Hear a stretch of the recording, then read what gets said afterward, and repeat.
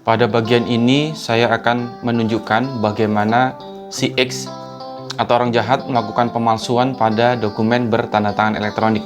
Dalam konteks ini bukan saya mengajarkan cara memalsukan, namun agar kita semua memahami bahwa pemalsuan dokumen elektronik itu sangat mudah dilakukan. Dan poin penting yang ingin saya sampaikan adalah bagaimana cara mengatasinya. Jadi saksikan terus video ini.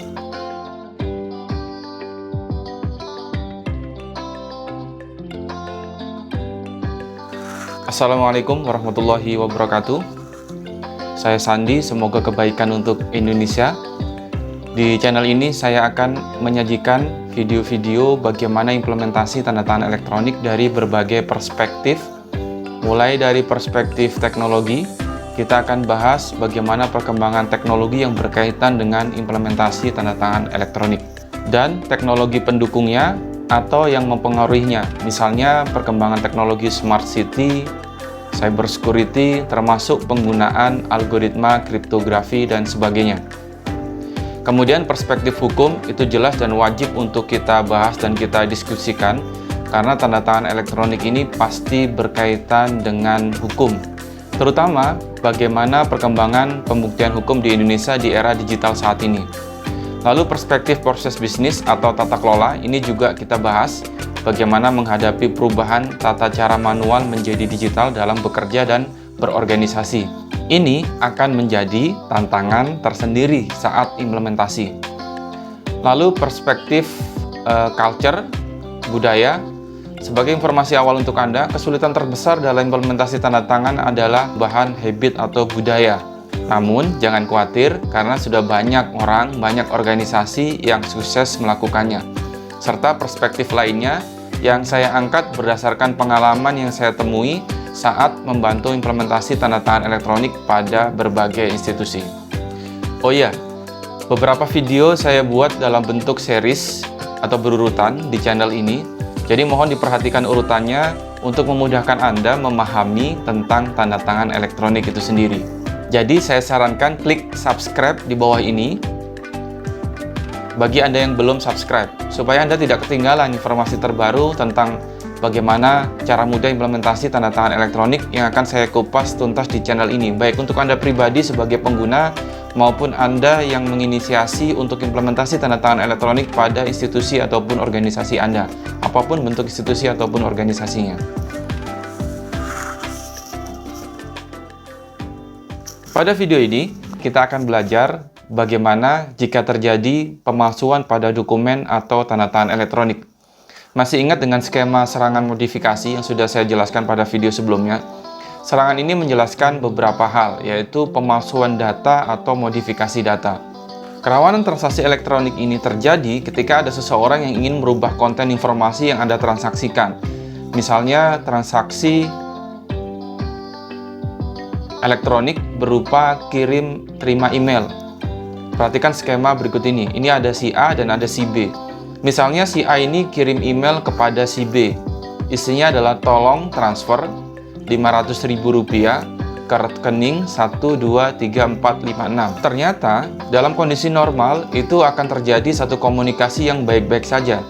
Namun apabila komunikasi ini tidak memperhatikan aspek keamanan, nanti akan ada si X yang akan berbuat jahat terhadap komunikasi kedua belah pihak A dan B. Nah, si X ini ternyata misalnya berhasil mencuri konten email Anda tersebut. Selanjutnya, setelah berhasil mencuri email tersebut, si X merubah informasinya yang tadinya tolong transfer 500.000, dia tambahkan 10 menjadi tolong transfer 5 juta rupiah ke rekening bukan lagi 1233456, namun dirubah menjadi rekening si X. Lalu dikirimkan kepada si B. A tidak mengetahui jika informasinya telah dimodifikasi, dan B juga tidak menyadari bahwa informasi tersebut berasal dari si X. B tahunya bahwa email tersebut berasal dari A. Selanjutnya, B percaya dan melakukan transfer, maka terjadilah pemalsuan dan penipuan dalam konteks ini. Bagaimana ini terjadi? Bagaimana X bisa melakukan itu semua? Kita sudah bahas secara detail mekanismenya pada video-video sebelumnya. Jadi bagi Anda yang ingin mendalami tentang mekanisme tersebut, silakan coba dilihat video saya sebelumnya mengenai hal tersebut. Dengan demikian, di balik kemudahan transaksi elektronik dan dokumen elektronik itu ada kerawanan yang harus diperhatikan. Dokumen elektronik mudah dibuat, cuman persoalannya dalam mata hukum diperlukan kejelasan pertanggungjawaban siapa yang membuat, kapan dibuat, terlebih jika terjadi sengketa hukum. Maka harus dapat dibuktikan nanti siapa yang membuat dokumen tersebut dan kapan dibuatnya, apakah dokumen tersebut asli atau palsu, dan lain-lainnya sesuai dengan keperluan pembuktian hukum. Dokumen elektronik mudah dikopi dan didistribusi, dan jadi pertanyaannya adalah apakah kopinya sesuai aslinya atau tidak? Apakah bisa dipastikan saat proses distribusi masih sesuai dengan aslinya? Mengapa? Karena dokumen elektronik itu punya karakteristik mudah dimodifikasi. Nah, ini salah satu yang menjadi concern perhatian kita nanti saat bicara aspek keamanan pada tanda tangan elektronik. Siapapun bisa dengan mudah memodifikasi dokumen elektronik yang kita miliki, yang kita simpan, yang kita kirimkan, dan akan sulit membuktikan keutuhannya. Dan celakanya lagi, secara visual, orang atau siapapun akan sulit membedakan apakah itu dokumen yang asli atau palsu. Karakteristik berikutnya dari dokumen elektronik adalah mudah diarsipkan dan ditemukan kembali. Lagi-lagi dari kemudahan ini ada satu isu yang perlu kita perhatikan, yaitu bagaimana saat digunakan kembali, dokumen itu masih sesuai dengan aslinya. Concernnya adalah bagaimana kita memanfaatkan karakteristik positif dokumen elektronik, yaitu kecepatan, kemudahan, kemudian efisiensi, efektivitas, murah, dan lain sebagainya. Namun, di sisi lain perlu dicegah munculnya karakteristik negatif melalui mekanisme perlindungan keamanan digital. Karena itulah, Undang-Undang mengeluarkan ketentuan pada pasal 11, yaitu syarat sah tanda tangan elektronik, yang tujuannya adalah jika syarat sah ini terpenuhi, maka kerawanan transaksi atau dokumen elektronik setidaknya bisa diminimalisir. Masih ingat kan dengan video sebelumnya tentang syarat sah tanda tangan elektronik tersebut? Bisa dilihat di video sebelumnya, tapi saya refresh sedikit. Yang pertama, kita punya saya refresh sedikit bahwa ada 6 syarat sah tanda tangan elektronik. Jadi kalau kita menggunakan tanda tangan elektronik, pastikan 6 syarat sah ini terpenuhi. Kalau tidak terpenuhi, ya berarti nggak sah. Bahasa sederhananya seperti itu. Syarat yang pertama, data pembuatan tanda tangan elektronik terkait hanya kepada penanda tangan. Lalu yang kedua, data pembuatan tanda tangan elektronik pada saat proses penandatanganan hanya berada dalam kuasa penanda tangan. Yang ketiga, segala perubahan terhadap tanda tangan elektronik yang terjadi setelah waktu penandatanganan harus dapat diketahui. Yang keempat, segala perubahan informasi elektroniknya yang terkait dengan tanda tangan elektronik tersebut setelah waktu penandatanganan dapat diketahui. Jadi kalau yang ketiga itu kalau terjadi perubahan tanda tangannya, kalau yang keempat kalau terjadi perubahan konten informasinya maka harus dapat diketahui. Dan yang kelima, terdapat cara tertentu yang dipakai untuk mengidentifikasi siapa penanda tangannya. Jadi ada mekanisme untuk memudahkan kita bahwa kita bisa mengetahui itu siapa yang menandatangani, tentunya dengan melihat identitas digitalnya yang sah dan valid. Dan yang keenam, terdapat cara tertentu untuk menunjukkan bahwa penanda tangan telah memberikan persetujuan terhadap informasi elektronik yang terkait. Saya tidak akan mengulang penjelasan dari syarat-syarat tersebut karena di video-video sebelumnya saya sudah jelaskan dengan detail masing-masing. Nah, sekarang kita fokus ke poin ketiga dan poin keempat. Ini untuk menarik tujuan kenapa saya perlu mendemokan bagaimana seseorang memalsukan dokumen elektronik dan bagaimana perlindungannya. Undang-undang mewajibkan jika terjadi perubahan pada tanda tangannya atau konten dokumennya, maka bisa langsung dapat diketahui pada saat itu pula. Bisa langsung diputuskan apakah dokumen tersebut dokumen yang asli atau yang palsu. Jika saat dilakukan verifikasi dan autentikasi tanda tangan dinyatakan tidak valid, maka dapat langsung disimpulkan bahwa itu adalah dokumen yang palsu, yang sudah tidak utuh seperti saat pertama kali dibuat. Artinya, dokumen itu tidak sah secara hukum jika mengacu pada ketentuan syarat sah pada pasal 11 Undang-Undang ITE, Undang-Undang tentang Informasi dan Transaksi Elektronik.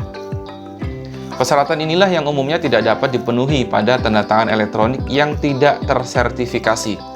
Jika persyaratan ini tidak dapat dipenuhi, maka kekuatan pembuktian dokumen elektronik yang sudah kita tanda tangani akan sangat lemah.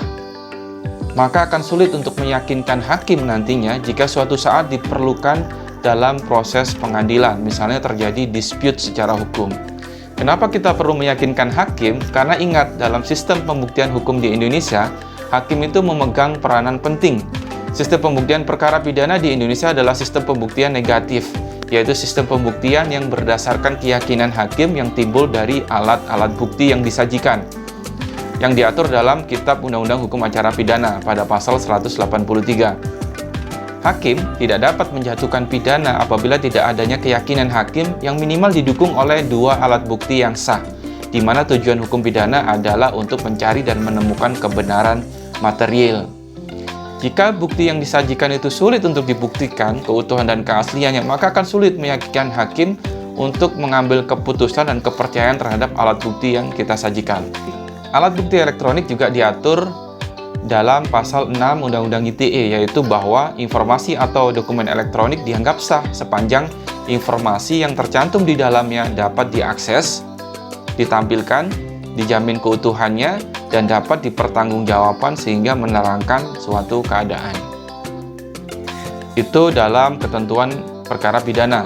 Sedangkan dalam perkara perdata, sistem pembuktian yang dianut adalah pembuktian positif, di mana hakim dalam memutuskan suatu perkara di pengadilan berdasarkan alat-alat bukti sebagaimana diatur dalam undang-undang, di mana tujuan hukum acara perdata adalah untuk mencari dan menemukan kebenaran formil. Nah, jika bukti elektronik itu tidak dapat diyakinkan keutuhannya dan keasliannya, maka akan sulit meyakinkan pihak-pihak yang bersengketa terhadap terjadinya satu pelanggaran perkara perdata. Syarat-syarat tanda tangan elektronik sampai dengan saat ini yang paling memungkinkan dapat dipenuhi menggunakan tanda tangan elektronik tersertifikasi, yaitu tanda tangan digital yang sering saya sebutkan demikian, bukan tanda tangan yang tidak tersertifikasi seperti scan, barcode, QR code, ataupun lainnya. Oke, sekarang saya akan praktekkan pemalsuan tanda tangan elektronik pada dokumen yang menggunakan scan tanda tangan atau barcode atau QR code. Kita lihat apa yang terjadi, dan berikutnya saya akan demokan juga jika pemalsuan dilakukan pada tanda tangan elektronik tersertifikasi, supaya Anda semua dapat mengetahui perbedaannya seperti apa. Saya akan tunjukkan langsung jika ada orang jahat yang memalsukan dokumen elektronik kita. Dalam konteks ini bukan saya mengajarkan cara memalsukan dokumen transaksi elektronik, namun agar kita semua memahami bahwa pemalsuan dokumen elektronik itu sangat mudah, dan poin penting yang ingin disampaikan di video ini adalah bagaimana cara mengatasinya. Pertama, saya akan demokan bagaimana dokumen itu dipalsukan pada dokumen yang bertanda tangan elektronik berupa scan dan juga QR code. Nanti teman-teman akan melihat betapa mudahnya melakukan pemalsuan pada dokumen elektronik ataupun informasi elektronik lainnya secara umum. Dokumen biasanya bentuknya, kalau nggak Word, biasanya bentuknya PDF. Biasanya bentuk akhiran dokumen itu dibuat dalam bentuk PDF, standarnya secara internasional. Kita akan lihat, ini dokumen pada umumnya, ini contoh dokumen bertanda tangan secara elektronik ya, dokumen basah. Apa yang dilakukan oleh si X, orang jahat ini yang akan memasukkan, dia tinggal menggunakan PDF editor. Jadi di era digital saat ini, apapun bentuk dokumen elektronik kita, maka pasti banyak cara untuk bisa memasukkan dokumen elektronik itu. Jadi tergantung bagaimana editor itu, kekuatan dari editor tersebut untuk memasukkan dokumen elektronik ini. Ini saya contohkan menggunakan editor umumnya, PDF editor. Banyak yang bisa digunakan. Kalau di sini kebetulan menggunakan Nitro PDF, nanti bisa juga menggunakan Invik dan lain-lain. Hampir jadi banyak aplikasi PDF yang kita bisa gunakan. Biasanya dia sepaket dengan editornya, PDF editornya. Ini contohnya menggunakan Nitro PDF. Ini dokumen, katakanlah dokumen ini sudah dokumen akhiran ya, sudah ditandatangani, sudah didistribusikan, misalnya seperti itu. Lalu jatuh ke tangan si X. Nah, ini kemudian si X melakukan pemalsuan pada dokumen ini. Ini kebetulan isi dokumennya adalah dokumen tentang perintah membayar, melakukan transfer pembayaran. Di sini ada keterangan, untuk aktivasi akun Anda, silakan lakukan transfer pembayaran senilai 125.000. Transfer hanya ditujukan kepada Bank Mandiri, nomor rekening 127 sekian, atas nama Sandi Oke. Nah, kemudian ini jatuh ke tangan orang yang tidak berhak. Kemudian orang tidak berhak tersebut dia melakukan pemalsuan dari dokumen ini yang terjadi. Dia tinggal merubah saja dengan menggunakan PDF editornya, dia rubah tujuannya. Misalnya tadi kepada yang terhormatnya si A, lalu dia rubah kepada yang terhormatnya si orang tertentu. Kemudian nilainya dari Rp125.000 dia rubah menjadi Rp150.000. Ya, kelihatannya memang cuma 150.000. Padahal kalau misalnya kentut 1.000 orang akan menjadi 150 juta. Dengan nomor rekening yang dirubah milik si X. Tadinya nomornya 123456 dirubah menjadi nomor rekening tertentu atas nama orang lain. Katakanlah namanya misalnya Prima yang memasukkan dokumen tersebut. Kemudian kita lihat perubahan yang terjadi pada konten dokumen tersebut tidak mempengaruhi scan tanda tangannya, tidak mempengaruhi QR code-nya. Jadi orang pada saat merubah, ini misalnya si X tadi sudah melakukan perubahan lalu dia menyimpan dokumen tersebut, dia save ya. Bisa dilakukan, sangat bisa dilakukan, tergantung dari kekuatan editor PDF-nya seperti apa kemampuannya dia. Setelah dia simpan, maka siapapun yang akan membaca dokumen ini akan melihat tampaknya ini dokumen sama seperti aslinya. Ada tanda tangannya, ada QR code-nya juga di dalamnya. Makanya di sini ini dokumen palsu tapi QR code masih saja nongkrong di situ. Mungkin kalau kita scan ya, tergantung nanti isi QR code-nya seperti apa. Sudah saya demokan juga di sebelumnya bagaimana kalau QR code isinya sebuah informasi yang menyatakan dokumen ini valid atau tidak, maka itu akan sangat mudah sekali untuk dipalsukan. Ini yang terjadi, scan-nya tidak berubah. Ketika seseorang menerima dokumen mutasi rekening ini yang ditandatangani secara basah atau konvensional dan terdapat modifikasi, maka tidak terlihat apakah dokumen ini merupakan dokumen yang valid atau tidak. Valid karena tidak muncul pemberitahuan yang menyatakan keaslian dokumen tersebut. Nah, inilah kelemahan dari sebuah tanda tangan elektronik yang tidak tersertifikasi. Siapapun bisa memodifikasi dan celakanya adalah kita semua nggak akan tahu ini status dokumennya dokumen yang asli atau dokumen yang palsu.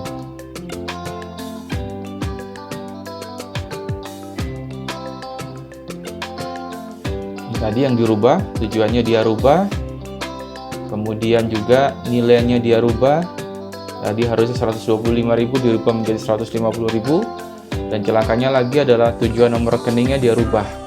Tadinya atas nama Sandi dirubah menjadi atas nama Prima. Misalnya seperti itu. Untuk nomor rekening misalnya bisa dilacak, iya, tapi kebanyakan sekarang kan nggak menggunakan nomor rekening yang asli. Ini tanda tangannya masih ada, scan tanda tangannya, dan dokumen QR code-nya juga masih tersedia di dalamnya. Bisa dicek QR code-nya ini ngomong apa di dalamnya, teman-teman bisa cek menggunakan smartphone-nya misalnya.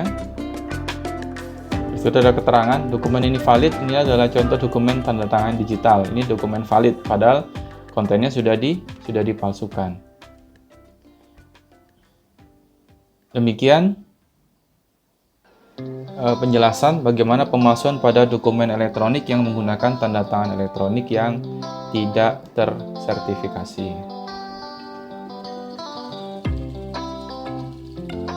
Nah, berikutnya kita lihat bagaimana yang terjadi pada dokumen elektronik yang tersertifikasi. Ini contohnya, saya punya dokumen elektronik. Nah, dokumen ini tersertifikasi menggunakan tanda tangan elektronik. Taunya dari mana? Sebelumnya sudah saya jelaskan. Di sini ada keterangan statusnya valid, kemudian ada penanda tangannya, namanya siapa. Bagaimana dia bisa tahu bagaimana sistem ini bisa tahu bahwa penanda tangannya adalah Sandi? Karena si Sandi ini ketika menandatangani dia menggunakan sertifikat elektronik, dia menggunakan identitas digital yang dia gunakan untuk melakukan penandatanganan. Lalu kita bisa melakukan validasi juga pada dokumen elektronik ini. Kita bisa lihat bahkan ada waktu penandatanganannya kapan, status validitasnya, kemudian detail informasi siapa penandatangan dari dokumen elektronik tersebut.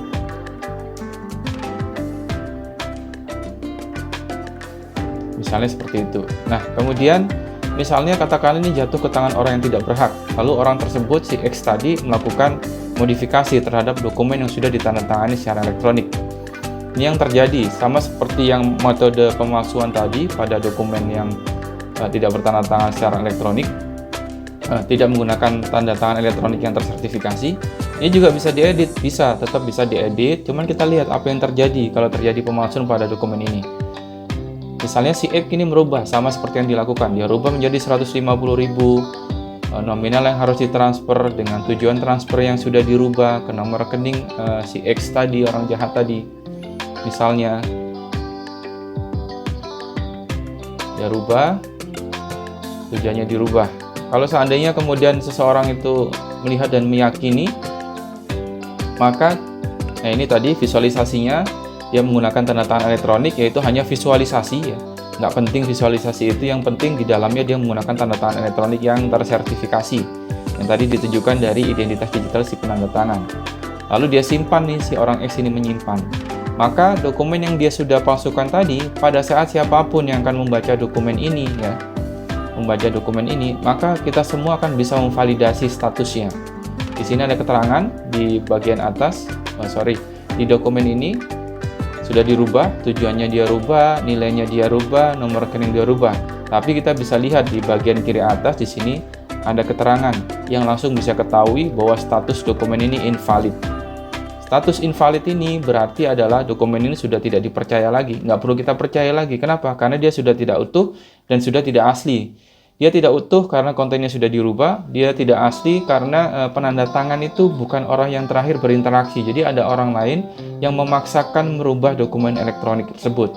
Akhirnya muncul keterangan invalid pada dokumen PDF ini. Kita lihat. Nah, itulah fungsi dari perlindungan keamanan menggunakan tanda tangan elektronik yang tersertifikasi. Itu contoh demo sederhana yang ini saya tunjukkan, bahwa siapapun itu dengan mudah bisa memalsukan dokumen elektronik. Tapi jangan lupa, ketika dokumen elektronik itu sudah diberikan perlindungan keamanan dengan tanda tangan digital, maka kita juga dengan mudah melihat bagaimana status keaslian atau keutuhan dari dokumen elektronik tersebut. Demikian, kita sudah melihat bagaimana mekanisme pemalsuan pada dokumen elektronik. Jika merasa video ini bermanfaat, silakan share dan bagikan informasi ini kepada orang lain yang membutuhkan. Saya yakin banyak yang akan membutuhkan. Di era pandemi ini kita dituntut untuk berinovasi, bisa bekerja dari rumah, dari mana saja, menetapkan, menyetujui, mengesahkan dalam bentuk digital, secara virtual sesuai dengan kewenangan kita dan tanpa harus bertatap muka secara langsung. Maka niscaya kita perlu tanda tangan elektronik yang sah dan aman. Jadi ajak rekan kantor Anda berkunjung ke channel ini, kita sama-sama belajar tentang tanda tangan elektronik. Silakan bagikan di grup-grup WhatsApp, Telegram rekan kerja Anda di kantor ataupun kampus Anda. Jika suka silakan di like, jika ada yang ingin berkomentar silakan ketik komentar di bawah. Kalau ada pertanyaan-pertanyaan yang ingin kita diskusikan, silakan sampaikan di sana juga. Nanti akan kita diskusikan. Bisa dapat kami respon langsung ataupun kita buatkan video pembahasannya. Dan jangan lupa subscribe bagi Anda yang belum subscribe untuk dapat notifikasi video-video terbaru yang akan kami sajikan di channel ini. Terima kasih, mohon maaf. Assalamualaikum warahmatullahi wabarakatuh.